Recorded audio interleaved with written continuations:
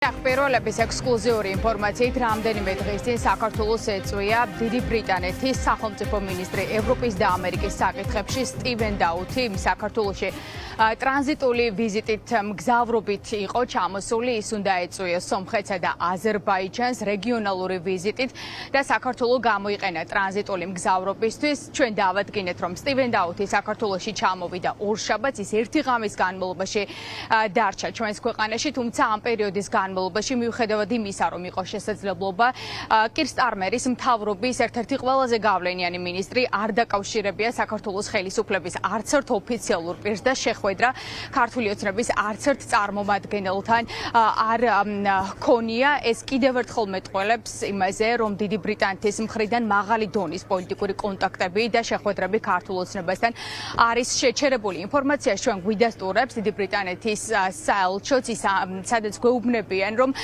მინისტრს ჰქონდა შეხვედრა საელჩოს წარმომადგენლებთან, საბარაუდოდ საუბარი იყო საქართველოში განვითარებულ პროცესებთან დაკავშირებით, თუმცა ამ შეხვედრების შემდეგ მინისტრმა საქართველოს დატოვა ისე, რომ მაღალი დონის შეხვედრა ქართულ ოცნებასთან არ ყოფილა. ბუნებრივია, ჩვენ დილიდან ვცდილობთ გავარკვიოთ საგარეო საქმეთა სამინისტროსთან, იცოდნენ თუ არა მათ ამ ვიზიტის შესახებ და ჰქონდა თუ არა მაგალითად მაკა ბოჭორიშვილს მცდელობა იმისა, რომ გასაუბრებოდა ბრიტანელ მინისტრს, რომელიც ხშირად გამოირჩევა ქართული ოცნების კრიტიკით. ჩვენ რამდენიმე წუთის წინ მივიღეთ პასუხი, ოფიციალური პასუხი საგარეო საქმეთა მინისტრისგან, სადაც გვეუბნებიან, რომ ბრიტანელ მინისტრს მიმართვა არ გაუკეთებია, არ ქონია სურვილი ქართულ ოცნებასთან შეხვედრისა საგარეო საქმეთა სამინისტროსგან და ახლა საინტერესოა მაკა ბოჭორიშვილს ჰქონდა თუ არა მცდელობა, რომ გამოიყენებინა შანსი, როდესაც მინისტრი იმყოფებოდა საქართველოში და გასაუბრებოდა საქართველოს ბრიტანეთის ურთიერთობებთან დაკავშირებით და ბუნებრივია, ჩვენ ამ პასუხსაც ველოდებით. ექსპერტები და ანალიტიკოსები, რომლებიც აფასებენ ამ მოცემულობას, პირდაპირ ამბობენ, რომ დღეს სამწუხაროდ საქართველოს რეგიონში აღარ მოიაზრება დიდი ბრიტანეთის მთავარ სტრატეგიულ პარტნიორად ქართული ოცნების ანტიდემოკრატიული ნაბიჯებიდან გამომდინარე. შესაბამისად, ის რომ მინისტრი იმყოფებოდა საქართველოში და არ გამოთქვა სურვილი, რომ შეხვედროდა ქართული ოცნების არც ერთ ოფიციალურ პირს, მეტყველებს იმაზე, რომ ბრიტანეთი პრაქტიკულად აღარ აღიარებს ქართული ოცნების გუნდს როგორც ხელისუფლების წარმომადგენლებს და რომ ქართული ოცნება აღარ წარმოადგენს ლეგიტიმურს ჩვენი ბრიტანელი პარტნიორებისთვის. სტივენ დაუთი ხშირად აკრიტიკებს ხოლმე ქართულ ოცნებას, არაერთი განცხადება გაუკეთებია ამას, რომ საქართველოში ირღვევა ადამიანის უფლებები და რომ ამას მოჰყვებოდა დიდი ბრიტანეთის რეაქცია. შესაბამისად, ეს ნაბიჯიც და მისი ვიზიტიც კიდევ ერთხელ არის პოლიტიკური გზავნილი იმისა, რომ ქართულ ოცნებასთან არ აღდგება პოლიტიკური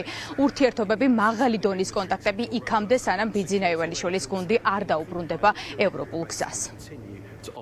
არაფერი კარგის მანიშნებელი ეს არ არის, ეს კიდევ ერთხელ მიუთითებს იმაზე, რომ საქართველოს რეგიონში აღარ აღიქმება სერიოზულ სანდო და პასუხისმგებლიან პარტნიორად.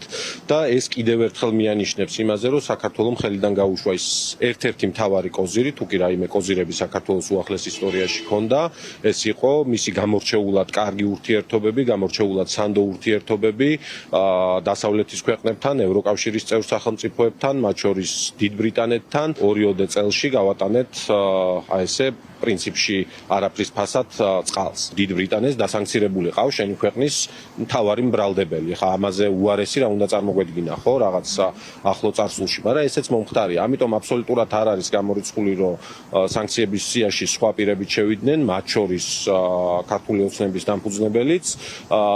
ამაზე საუბარი ბრიტანეთში არის, ეს ხა ჩამოვიდა, ასე ვთქვათ, ინკოგნიტოთ ესე გამოდის და შეხვდა მხოლოდ საელჩოს წარმომადგენლებს და არანაირი კომუნიკაცია ქართულ ოცნებასთან არ ყოფილა შეხვედრას. ეს იმას კიდევ ერთხელ ადასტურებს სამწუხაროდ იმას, რომ ქართულ ოცნებას ამ ხელისუფლებას ჩვენი მეგობრები პარტნიორებად აღარ აღიქვამენ, მათთან არაფერი აქვს სალაპარაკო.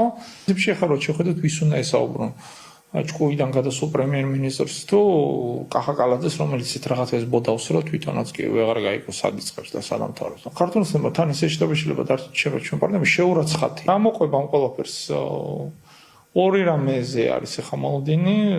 ერთი სამწუხაროდ შეეხება ქართულ ხალხს, რომელიც არის ვიზა ლიბერალიზაციის შეჩერება დროებით მაინც. მეორე სანქციები, როგორც მსხვილად პარტიული სანქციები, სხვა ფუნქციონერებს ქართული ოცნების, ასევე პირადად ბიძინა ივანიშვილს ეს უკვე ბრიტანეთის მხრიდან. მე ვფიქრობ, რომ ძალიან აშკარა არის ის, რომ სანამ ქართული ოცნება არ შეცვლის თავის პოლიტიკას, განსხვავებული აზრის მატარებელი ადამიანების მიმართ, სანამ არ გაათავისუფლებს პოლიტპატიმრებს, სანამ არ გააუქმებს ყველა იმ დრაკონულ კანონს, რომელიც მათ მიიღეს და სანამ არ დააყენებს ქვეყანას ასე ახლიდან ევროინტეგრაციის გზაზე მათთან ურთიერთობის ქონა არავის არ მოუნდება, ხო? აი ეს არის მთავარი, რომ ჩვენი დასავლელი პარტნიორები მათ პარტნიორებად არ აღიქვამენ. სტივენ დაუთი კირ სტარმერის მთავრობის ერთ-ერთი ყველაზე გავლენიანი მინისტრია. მას არაერთხელ გაუკრიტიკებია ქართული ოცნება და შეიძლება ითქვას, რომ ოცნების ხშირი კრიტიკით გამოირჩევა თემთა პალატაში მსჯელობის დროს მისთვის არაერთხელ დაუსვამთ ბრიტანელ პოლიტიკოსებს კითხვები, რას აპირებს ბრიტანეთის მთავრობა და ხომ არ აპირებენ ბიძინა ივანიშვილის დასანქცირებას, რომელიც ფლობს დიდ ქონებას ბრიტანეთში და ბრიტანეთის საზღვრის მიღმა ტერიტორიებზე და სტივენ დაუთის არაერთხელ უთქვამს, რომ ბრიტანეთი განიხილავს დამატებით ზომებს, თუმცა წინასწარ სანქციებს არ დაანონსებენ მხოლოდ იმიტომ, რომ სანქციებმა არ დაკარგოს ეფექტი, რაც ირიბად არის დადასტურება იმისა, რომ კირ სტარმერის მთავრობა მუშაობს ბიძინა ივანიშვილის წინააღმდეგ დასაწესებულ სანქციებთან დაკავშირებით. ბრიტანეთმა უკვე დაუწესა ფინანსური სანქციები შინაგან საქმეთა სამინისტროს არაერთმა აღალჩინოსანს, მათ შორის ყოფილი გენერალური პროკურორიც არის ბრიტანული სანქციების ქვეშ, რაც არის ბრიტანეთის მხრიდან პოლიტიკური გზავნილი იმისა, რომ დღეს საქართველოს მთავრობას